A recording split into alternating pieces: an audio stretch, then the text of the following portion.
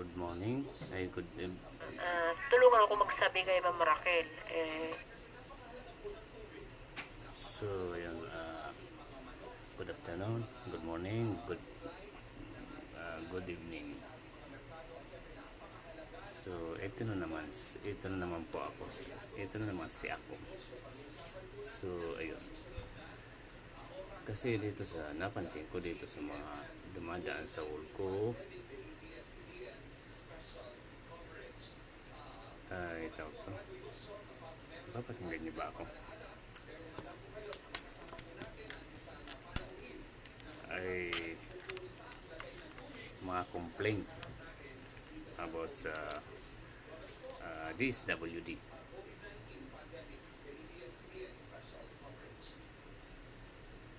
Ayun, ayun niyo ako. So, kumusta dyan sa Pinas?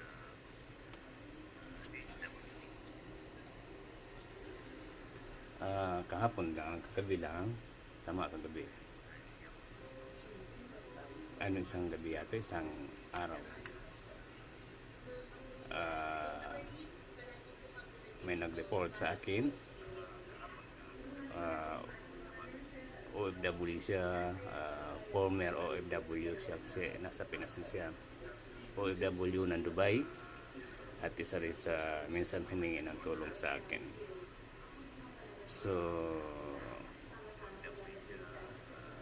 nagsumbong sa akin, nag-report sa akin about sa ginawa ng mga local government pasaway sa lugar nila na nagbigay ng goods na binawian pagkatapos segundo lang dahil sa ang hi friend Susie Mandawis, kumusta dyan sa Hong Kong? Gandang gabi kuya. Yes, mas maganda ka pa sa gabi. Ako lang hindi gumaganda. So, salamat sa pagdaan sa live video ko kasi napansin ko yung mga complaint dito about sa DSWD na alam naman natin na hindi na inalis na ni Mayor Duterte sa mga politiko yung ngayong bago yung pamimigay yung 5,000 hanggang 8,000. Hindi na sa politiko dadaan, diretso na sa DSWD. So tiba-tiba na naman dito. Sila na mga rito, yung mga corrupt na sa DSWD. Ay, ito nagsisimula na nga. So kahapon, kagabi ay nakatanggap ako ng sumbong. So ng OFW, former OFW, bali single parents siya. Single parent 'yun. May anak. So ang ginawa nung mga official, local official, no, ginawa na nalaman ng local official na yung isang bahay lang ay nakatira yung tiyuhin niya, tsahin niya at siya. So meaning dalawang pamilya yon, na malinaw yung pagkakasabi ni Mayor Duterte. Sa isang bahay, kung may 3 pamilya, dapat 3 papel din yun. Ibig papel yung pagbibigyan ng ipinamamahagi. So wala dapat malalagpasan. So malinaw yung panukala ni Mayor Duterte. So ang ginawa nung honghang na isang local employee ng barangay, no, nung nalaman yung ganon at nalaman na OFW siya, so hindi siya lehitimo naka-address doon nakatira, naibigay na yung goods, naibigay na. At ang masama nito, yung nakaabot yung bata, yung anak niya. So at maya binabawi doon sa bata. So nanlumo ngayon yung bata, ba't binabawi yung ibinigay sa kanila? Tuwan-tuwa na nga yung anak niya nakatanggap ng goods. So yun nagsumbong sa akin. So in-advise mo ngayon na mag-report ka, i-report mo. Binigay ko yung hotline ng DILG. So yun, sabi niya mag-report niya, ipaglalaban niya, ay nararapat na ipaglaban. Kasi bilib ako doon sa OFW, matapang yung OFW. Siya rin gumawa ng paraan kung bakit sa Dubai mahirap kasi sa humingi ng tulong sa Dubai. Kailangan pagaganahin mo talaga ang instinct mo. Maging matalino ka. Matalino yung OFW at matapang. So hanggang sa Pinas dinala niya yung tapang. So ang ginawa niya, pumunta siya nagsadya siya sa munisipyo. So kinausap niya yung mga nandoon sa munisipyo. At sabi sa kanya, okay, papaalam natin sa mayor mismo ng bayan nila. So yung kalaunan, ayun, tagumpay yung pagkikipag-usap niya. Yung binabing good sa kanya, sa anak niya, binigay uli. So kung hindi, kaya ang advice ko sa inyo, kung may mga complaint kayo, huwag po kayong matakot mag-complain.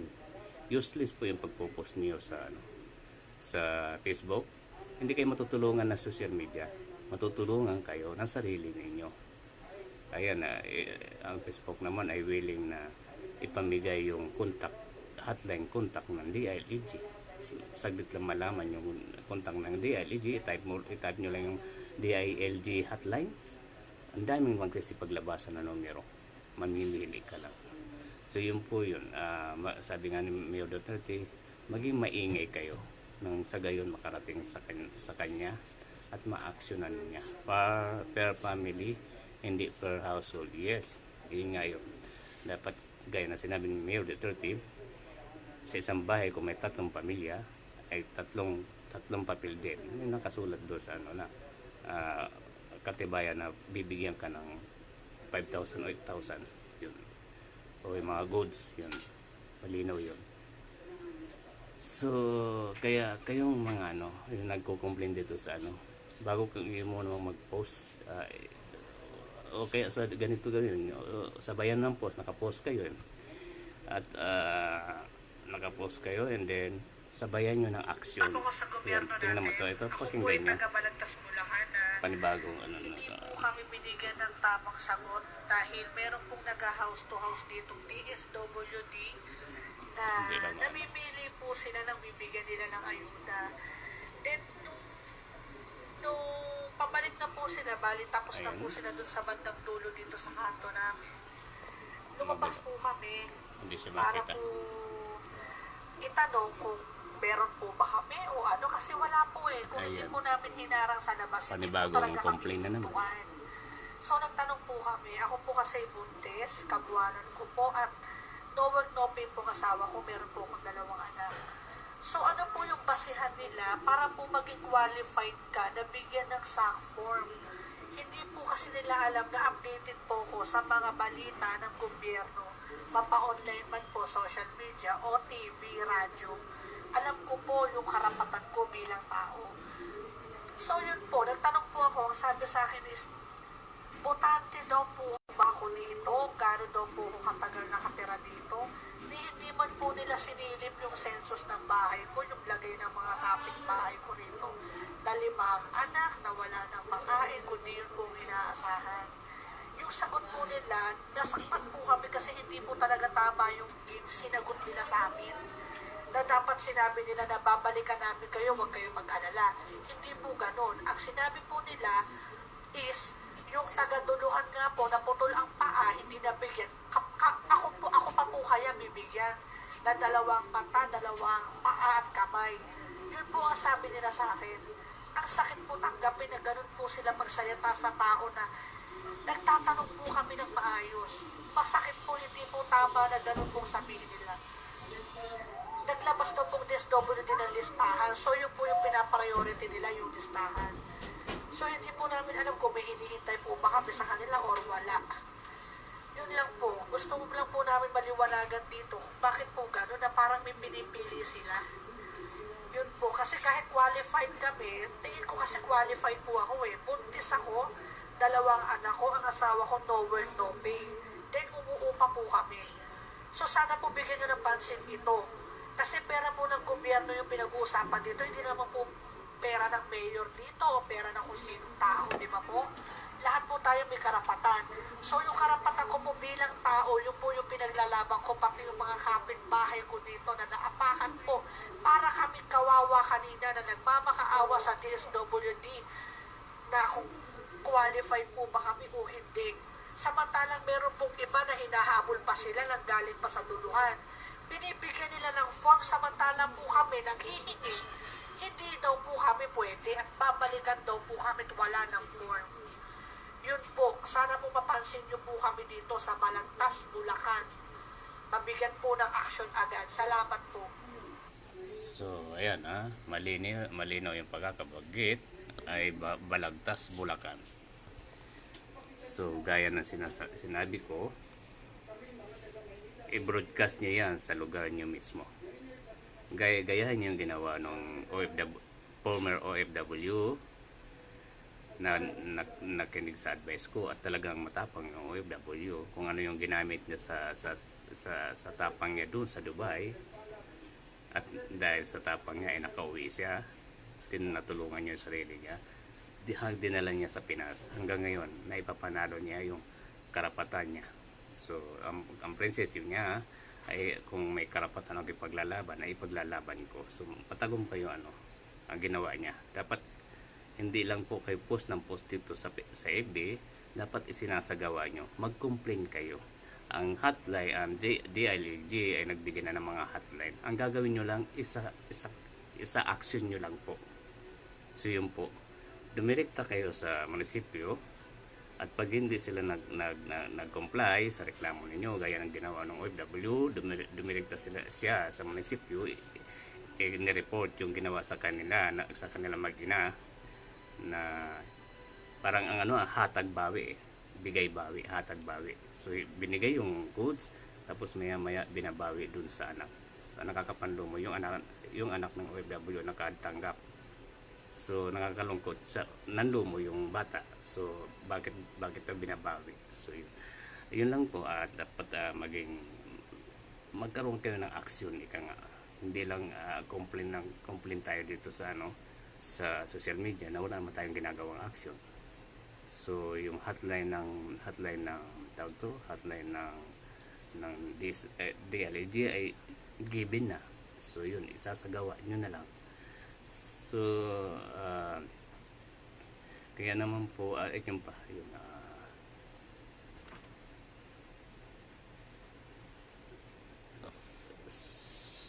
so wag niyo pong ito pa, may ano pa rito, yung iniba yung tao talaga, no?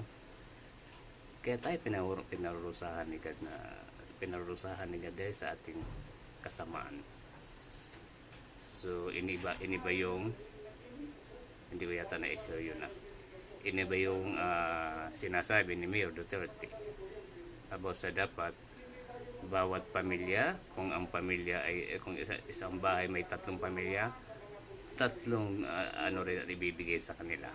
Wala dapat maiiwan, wala dapat malalagpasan, wala dapat pipiliin. Lahat ng mamamayan sa isang lugar ay dapat nabibigyan. Malinaw yung panukala at direktang iniuutos ni Mayor Duterte. Kaya nga inalis ni Mayor Duterte yung budget sa mga politiko, kasi alam niya ang karakas ng mga politiko.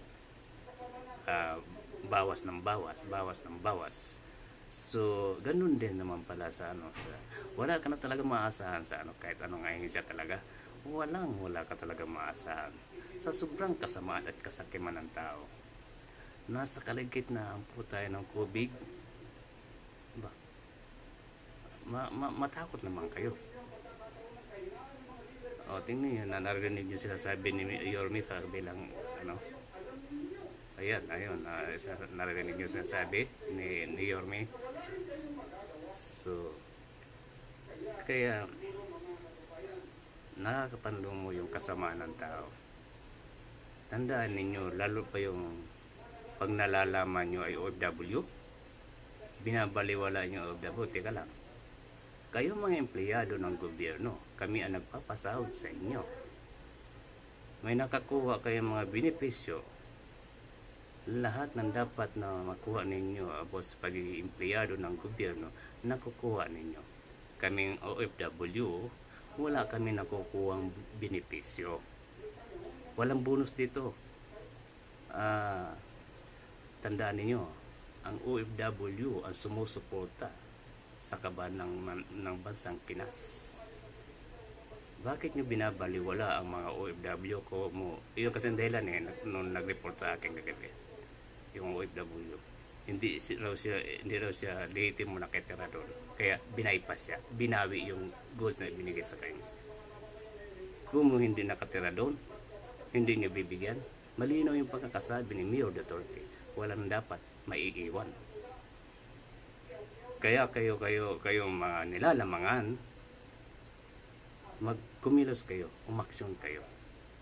Huwag nyo lang idaan sa kareklamo sa iyo, social media. Hindi kayo papansinin ng social media, ng Facebook. Kumilos kayo.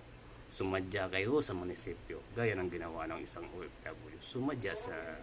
May paninindigan yung tao. Kaya bawat kinikilos niya ay nagtatagumpay siya. Dahil ang katwiran niya, kung ano yung tama ay ipaglalaban ko. Dapat ganun din yan maging mentalidad nyo. Kung may katwiran, ipaglaban. Huwag kayong yung laging ina-advise ko sa mga OFW. Huwag kayong magpatalo sa takot. Dahil ang takot, kahit kailan, hindi makakatulong sa inyo yan.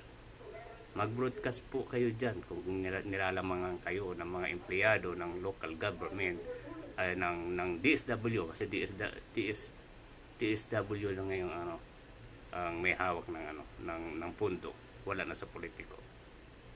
Broadcast ninyo, sumadya kayo sa munisipyo.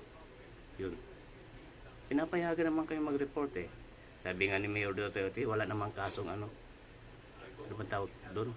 May kaso doon wala naman doon, hindi naman kayo kakasuhan. Ang kailangan nyo lang, magbigay kayo ng proof kung anong ginawa sa inyo. Hindi maganda nung isang opisyal ng local government o ng DSWD. So, kaya lahat kayo nagrereklamo dito sa social media, ang gawin nyo lang po ay isagawa nyo ang reklamo. Yung DSW ay yung hotline DILG ay broadcast na po yung contact nila. I-search nyo lang sa Facebook, DILG hotline. Marami maglalabas ng numero yun. Mamimili ka lang. So yun. Kaya maging positibo po kayo. Tama yung sinasabi ng OFW. Kung may katwiran siya, ipaglalaban niya. At napatunayan niya yan na nasa Dubai siya. Kaya nagkaroon ng positibong hakbang, yung hinakbang niya. Inireklamo niya sa munisipyo mismo yung ginawa sa kanilang mag-ina. Yung goods na hatag bawi. So, yun. Magsalita lang po kayo ng ang reklamo ninyo ay makarating sa taas at maaksyonan. So kung mananahimik po kayo, hindi po maaksyonan ang reklamo ninyo at hindi malalaman. Isang reklamo lang ang nalaman na aksyonan ng munisipyo ay kakalat na yan. Ibig sabihin, on the spot, titigil na yung ginagawang masama sa mga nasasakupan. Masasawat ka agad. Kung wala nagko-complain, tuloy-tuloy po yan. So, ganun lang po kasimple. Ayan. So, Marinelo pa. Mamaya tatawagan ko. Bukas tatawagan ko yung pulo about sa inyong 4 na OFW. Ay pipilit ko si na mapasama sa pagpapahatid sa pulo. So, gandang gabi kuya. Yes. Kaloka, binawi talaga. Yes, tama yung binawi. Hatag bawi, kaya nandumuron yung bata. Kasi yung bata, yung anak niya, nakatanggap ng goods.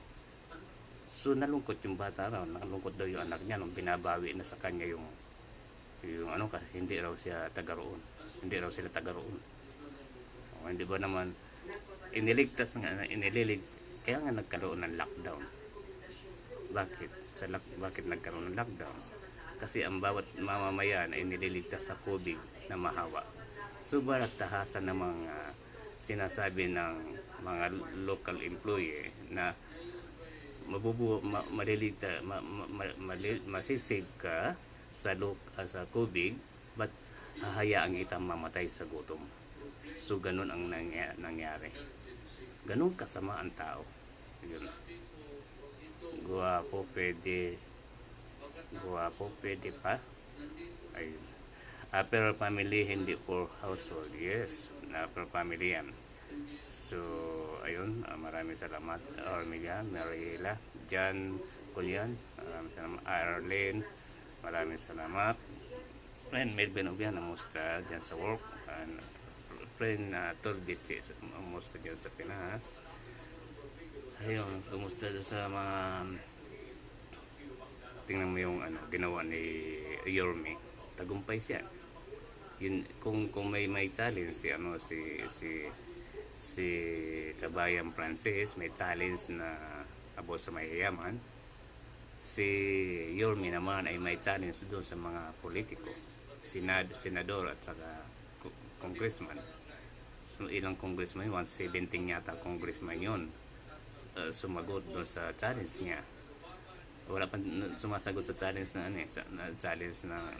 sa Senado. Meron na pala yung si Honghang Lacson. Nawala na sa ego rin yung nawala na rin sa tama pag-iisip yung si Lacson. So yun.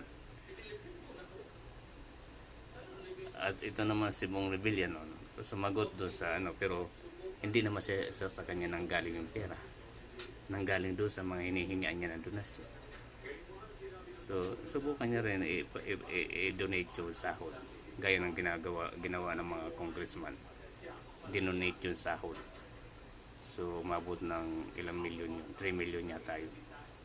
Lahat-lahat. So, ayun lang po. Yun, tuloy lang po yung hindi po magtatagal po yung quarantine dyan sa Pinas. Abot ng 3 buwan yan. Kagaya na rin ng World WHO nag-announce na hindi dapat madaliin yung lockdown. Tama yung sinabi ng congressman Jess Pinas na pag minadali yung lockdown ay back to zero na naman. Kung halimbawa terminate na yung lockdown, hindi naman totally na okay na ang lahat, wala na si COVID-19, back to zero na naman. Useless din yung naunang lockdown. Kaya dapat talagang totally lockdown, totally okay na ang lahat. Kasi ang kawawa yung mga commercial yan, mga negosyante. So talagang magsa-shutdown sila tuluyan. So yun, dapat totally lock. Kaya tatagal po talaga yung lockdown. Lalo pa tatagal ng lockdown pag tumagal ang katigasan ng ulo dyan sa Pinas. So yun lang po. Pati yung mga dito sa mga distress OFW, mga OFW na na umuwi at yung iba napapaso na yung exit visa dahil sa kaantay ng lockdown. So naway matapos ng lahat. Pamangkin, kumusta? Kumusta sa dyan sa Pinas? So, ka ba? Ayun.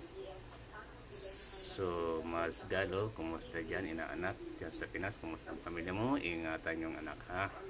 Hindi mahawa sa COVID. At lagi kong advice, galit-galit muna, ha? Meaning, galit-galit, distansya, amigo. Kasi si friend Kubig, pala kaibigan si Kubig Gusto niya laging bati-bati. Pero traidor to si friend Kubig, traidor. Gusto niya bati-bati para may mapipervisyo siya. Kaya dapat kontrahin natin. Dapat galit-galit muna. Si Espasyo. Distansya, amigo, ika nga. Good evening, friend Manny, watching from Japan. Kumusta dyan, friend Eva Santos? Nagpahaba ka na ba ng buhok? Friend Eva dyan sa Japan. Kumusta? Ingat kayo sa Japan. Kasi si Kubig, hindi siya nag-iingat. Balahura siya kumilos, walang pag-iingat. So dinadaan ko na sa ganyang pananalita kasi hindi naman dapat makontamina yung utak natin about sa kay COVID kasi alam naman natin kung paano natin iingatan ang ating sarili. So ganun na lang. So ingat lang talaga sa sarili. So ayun, pampagising na naman doon kasi makukulit yung mga ano, mga empleyado, mga nasa DSWD ni mga empleyado. Dahil piniperwisyo yung mga mayan ng bansa. Kahit saan lugar ng Pinas yan, meron ano, pag hindi sila umaksyon diyan, hindi inaksyonan nila, ay inireklamo nila mismo, walang mangyayari sa pagpo-post nila dito sa mga social media. Dapat in action. Yan ang sinasabi lagi ni Mayor Duterte. Umaksyon kayo na ma-aksyonan niya. So, ganun lang kasimple. So, yun, ayun na naman. Paramdam naman ako dito. So, ayun,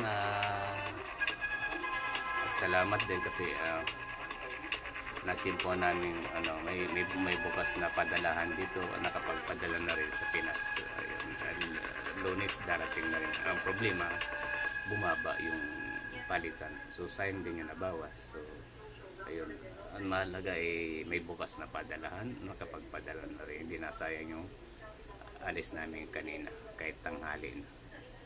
Kasi inaantabayan namin yung lakda ay yung curfew. So, maraming salamat at doon sa mga tumutulong, no? Tuloy lang po yung mga challenge.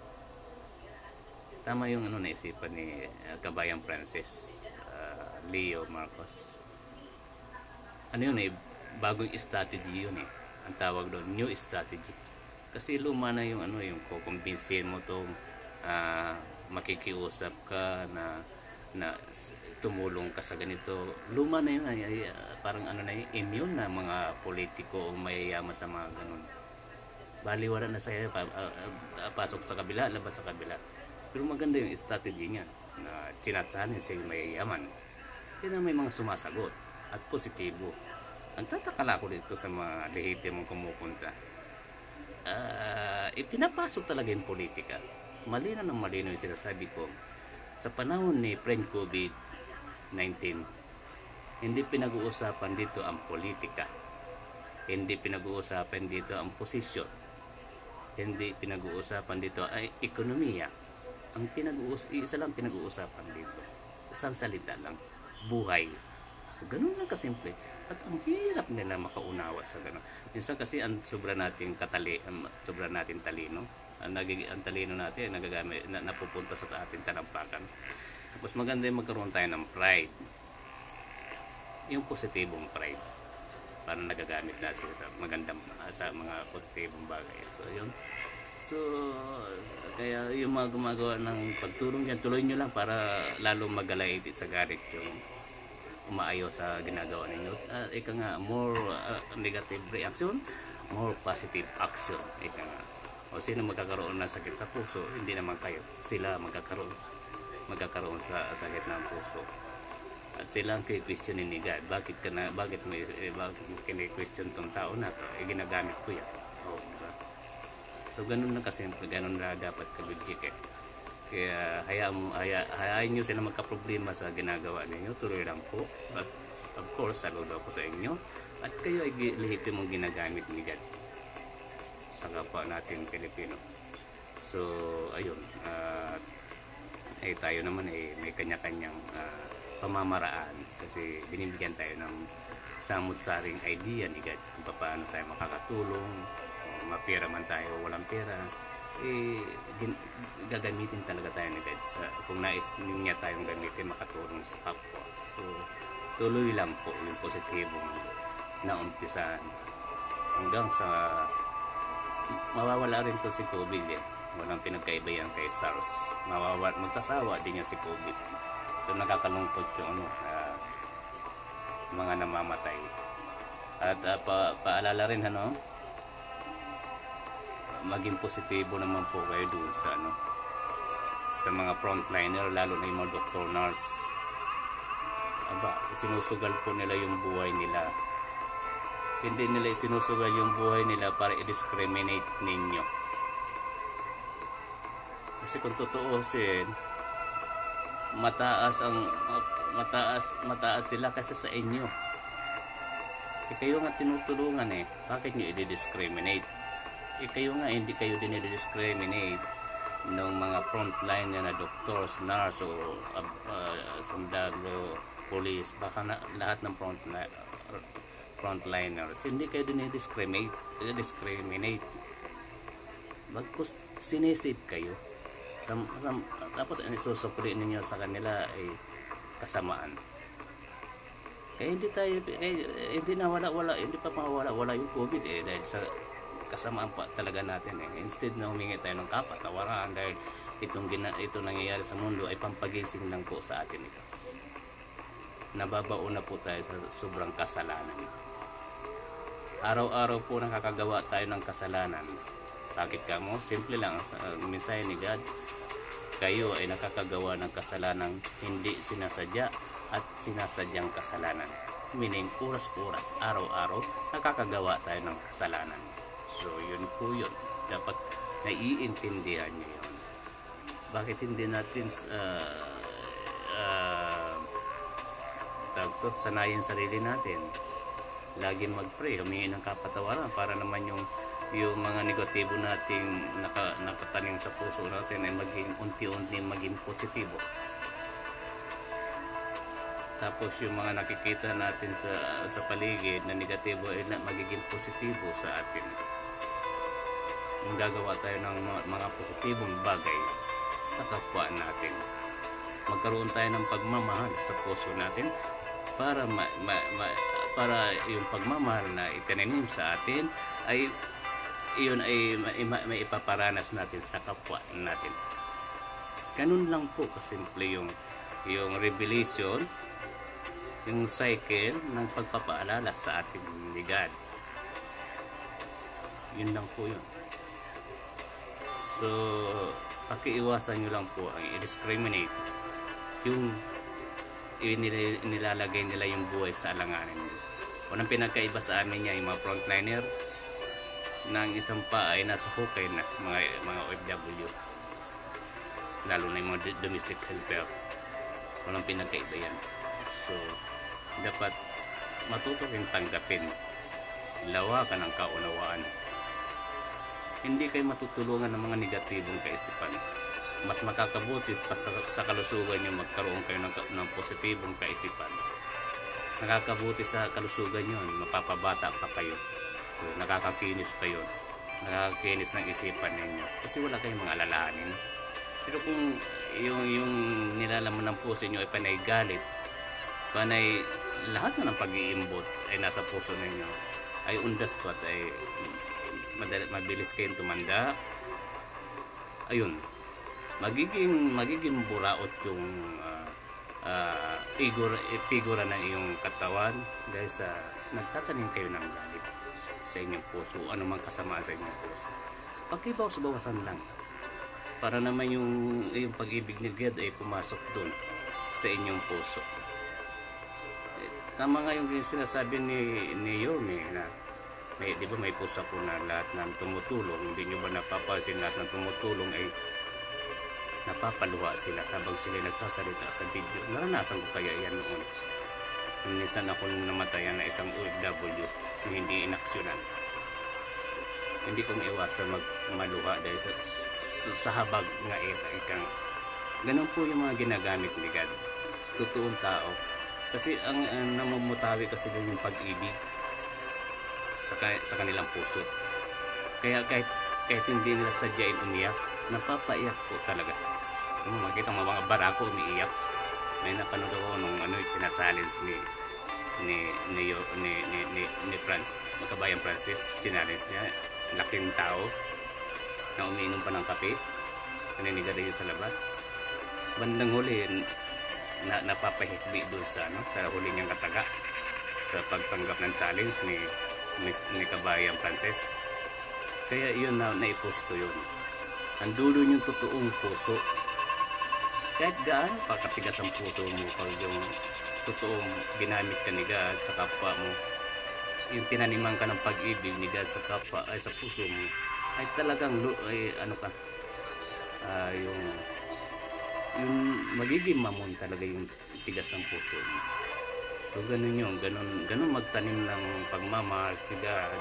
Kaya nakikiusap po kami mga ilan na namamatay na OFW sa COVID. Nakalimutan ko yun eh.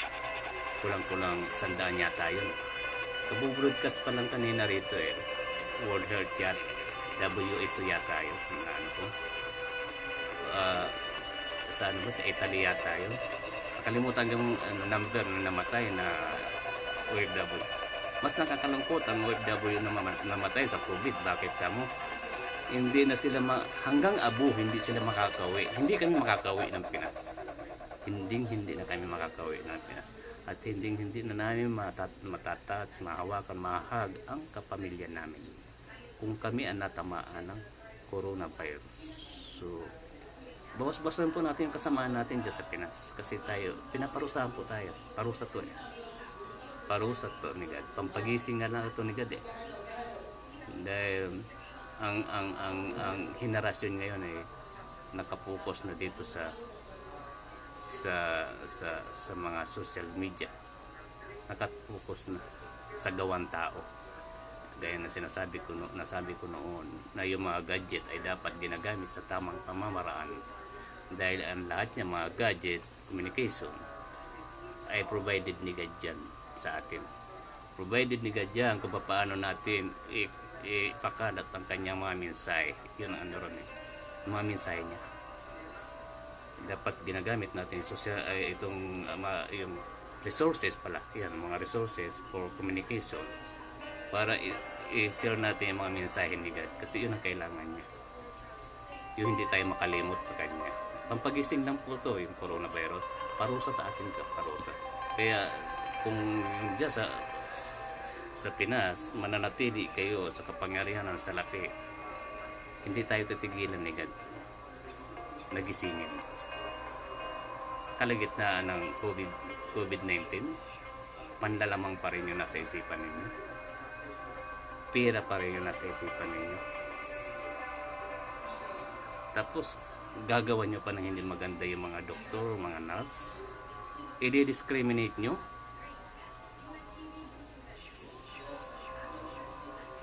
Alam nyo, hindi kami aawa doon sa dinidiscriminate nyo. Mas kayo ang kaawa-awa. Bakit? Kung mamamatay man sila, ito tandaan nyo ito ang mensahe ni God. Ang sino mang magbuwis ng buhay alang-alang sa kapwa na walang pag-aalinlangan ay on the spot may isang silid na siya sa kaharian niya. Wala nang tanong-tanong. So, sino ngayon ang kailangan i-discriminate? Kayo o sila? Kung tutuusin, pag nasa taas na sila, nasa pagkaharian na sila, at pinagmamasdan lang kayo sa baba. Kung saan, nandoon yung mga masasamang tao. So, yun ba yung gusto nyo mangyari? Nadi-discriminate nyo sila hanggang buhay kayo. Pero kung yung mga dinidiscriminate nyo ay nawalan ng buhay dahil sa pagsisip sa inyo, ay kayo ang mas kakabag-kabag. At ang soul nila may gantimpala kay God. Malinaw po yun, nasa Bible po yan, nasa Holy Bible po yung sinabi ko. Hindi po nang galing sa akin hindi ko lang kasi kabisado yung mga verses. Pero yung mga mensahe, kabisado ko. So, nasa Bible po yung binanggit ko kanina na ang sino mang taong magbuwis ng buhay sa alang-alang sa inyong kapwa na walang pag-aalinlangan, ibig sabihin hindi ka napilitan na ibuwis mo yung buhay. Yung on the spot talagang binigay mo yung buhay mo para ma-save mo yung kapwa mo. Gaya ng ginagawa ng mga nurse, yung mga frontliners. Tingnan mo, isang pulis na namatay dahil sa COVID. Yung mga ganon, yun sila ang on the spot save ang soul nila kay God. Malinaw po yun nasa Bible. So, malinaw po. Kaya bawas-bawasan na po yung ating kasamaan. Bawasan na po natin. Hindi naman tayo maging malinis kasi habang nakaapat tayo sa lupa ng kasalanan ay tayo magiging makasalanan. Magiging malinis lang tayo pag tayo napasama sa rapture ni God. At si God ang magsasabing ikaw ay malinis na. So, mag-pray po tayo. Pray with action. With action po. Nantuluyan na pong mawala yung coronavirus. Kasi pang buong mundo to eh. O walang dapat sisihin, kundi ang sisihin natin, sarili natin. Bakit? Dahil nalubog tayo sa kasalanan. Pampagising lang po ito ni God. So ganun lang po. Gayon dyan sa Pinas, nagbigay si God ng isang trial na kung saan ang 1/4% ng tao dyan sa Pinas ay nagising para yung pag-ibig ni God ay maisabuhay. Yung mga tumutulong. So may nais si God sa atin. Bibigyan tayo ng kaparusahan, pagsubok na talagang matitimo sa ating puso, pero may positibong lilitaw. Iyan na po yung mga tumutulong, yun na yung mga tumutulong dyan sa Pinas. Iyon nagiging kapalit, kaya dapat naunawaan po natin ang lahat. Huwag po natin pairali yung kasamaan. So ganun lang po man. Maraming salamat, and ayun, nanermo na naman po siya po. So be always positive, and alam niyo na, galit-galit muna. Maraming salamat sa mga congressman na sir. Yes, salamat. Maraming salamat sa kanila, at maraming salamat talaga kay Yorme. Kasi kung si kabayan na Francis Leo ay yung challenge niya, ay challenge niya may yaman at politiko na mamahagi ng konting yaman nila, ay ganun din ang challenge ni Yorme, na pareha sila ng pamamaraan ng pagta-challenge. So ngayon may sumagot sa challenge. So ngayon, asan na yung mga kumi-question? Pasok mo yung politika ngayon, dahil yung laging kini-question kay kay Francis politika, Marcos daw. So ngayon, yung na-i-block ko na nga na-i-block ko na nga, dahil lagi kong pinupost sa Facebook ko. Pag kayo naka-add sa akin at ang Facebook ko ay nakaperwisyo sa Facebook ninyo, i-block ninyo ako. Kung kayo naman ay ang FB nyo naman ay nakaperwisyo sa FB ko, on the spot block ko kayo. So ganun lang po yun, para matulungan naman ang pumalinis yung Facebook ko. Kaya umaga kanina pagising ko, ayun, may na-i-block ako kasi tumambad yung post sa akin yung picture ni Bongbong Marcos, picture ni Francis Leo, at saka picture niya mismo. Tatlo sila yung kumukundina sa ginagawa ni Francis Leo. So ngayon yung question yung ginawa ni Yorme, na na-challenge yung mga politiko. Ilang politiko, 117 politiko, at madadagdagan pa. So ganun lang ka logic kung paano ilo-logic natin yung bawat isa sa atin. So ba't natin kay question tama nilang ginawa? Ika nga may kanya-kanyang paraan Tayo, lagi ko sinasabi na tayo binigyan na tayo ni God ng karunungan kung paano makakatulong sa kapwa at kung paano makakapag-engganyo sa kapwa na tumulong din. Kahit anong tigas ng puso nila ay palalambutin sila na God. So ganun lang po yun. So ba't natin kikwisyonan yung mga mabubuti nilang ginagawa? Gaya ng sinasabi ko palagi, na may mga negatibo sa nakakarami, pero kung palalawakin natin yung kaisipan natin, magiging positibo po yun. Ang sinasabi kasi ng nakakarami, kung ikaw tumulong, manahimik ka na lang. So mali po yun. Magiging positibo po yun, kagaya ng ginawa nila. Yung nag-ingay sila. O di may gumaya sa kanila.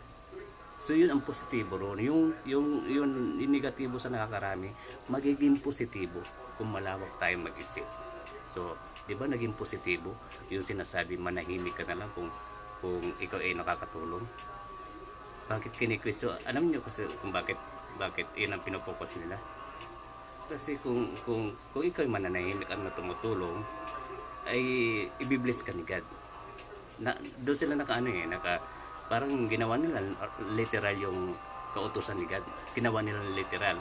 Pero kung palalawakin mo talaga ang kaunawaan mo at malalim ka kayo sa mga messages ni God, magiging positibo talaga ang tutusin. Magiging positibo. Gaya nga sinabi ko noon, yun ang mga live video ko sa mga advocate. na kung kayo advocate ay wag nyo nang ilihim pa. I-broadcast nyo, i-public post nyo yung mga nagagawa nyo na pagtatagumpayan yung pagtulong. Bakit? Kasi may positibong impact po yun sa mga distress OFW. Maiiwasan po nila ang gumawa ng video, panawagang video, na pag pinanood mo yung video, wala ka naman mahihita sa video. Ibig sabihin useless. Bakit? Walang binibigay na impormasyon. Pero kung yung mga distress OFW, alam nilang maraming tumutulong na advocate, kasi social media kung nakapublic yung mga post nila, ay hindi na mahirapang humingi ng tulong. Ganon ang senaryo ron, logic doon. Kaya ang sabi ko, sa karamihan, may mga negatibo, pero pag pinalawak mong kaisipan mo, magiging positibo po ito. Malinaw po yan. So, ganon na tayo dapat mag-isip. So, may isip ba ako? So, yun, maraming salamat. Yan, Alice Reyes. Melanie Badasa, kamusta dyan sa Pinas? Yan, mayabang ngayon kayo. Labasan, sige, mahiya. Please. Yes, dapat kasi ginigising po natin. Kasi, pampagising din kasi itong nangyayari sa buong mundo. Actually, buong mundo, hindi lang isang bansa. Pampagising sa buong mundo. Ginigising lang po tayo ni God. Kaya dapat manatili tayong maging positibo. Huwag na tayong nakabaon sa ating kasalanan, kasamaan. So yun ang ano ron. Yun ang ano ron, focus doon ni God. Ang magising tayo na may Diyos sa ating mundong ginagalawan. Huwag tayong magpabulag sa lahat ng mga nakikita natin sa mundong ating ginagalaw at siya yung ating makalimutan. Gaya nga sinabi ni God, huwag kayong mabahala sa inyong matutunghayan.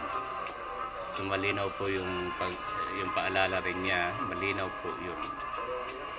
Na siya magbibigay ng mga ating matutunghayan, pero may mensahe siya na kung tayo talagang tapat sa kanya ay huwag tayong mabahala. So marami pa siyang ibibigay sa atin. Pampagising na naman. So habang nalalapit ang pagbabalik niya, marami pa po yan mararanasan natin. So kaya dapat pag natin ilayo ang sarili natin kay God, ganun na kasimple. Masarap kaya mabuhay na may Diyos ka sa puso mo. Yun, masaya. So ayun lang po, maraming salamat sa pagtatsaga nyo dito sa live video ko. Kasi lang talaga pinokus ko lang yung yung mga ginagawa ng kawalang hiya ng DSWD na yun, kasi sila ngayon sa bibigay na 5,000 at 8,000 sa kanila nakapokus yun. Of course masisilaw ang bawat isa sa kanila sa salapi. Ay gagawa talaga na. Kaya dapat yung mga mamamayan ay umaksyon. Kung may reklamo sila, umaksyon sila. So reklamo ang dapat ireklamo para maging matagumpay ang lahat. So ganun lang kasi po, huwag manahimik, magreklamo po, in action po kayo ha. Huwag kayong matakot, hindi kayo makakasuhan, sila ang kakasuhan ninyo. So ganun lang po yun. Kailangan lang ng proof of evidence, makuha ang totoong pangalan ng taong nagwalang hiya sa inyo about sa pinamimigay.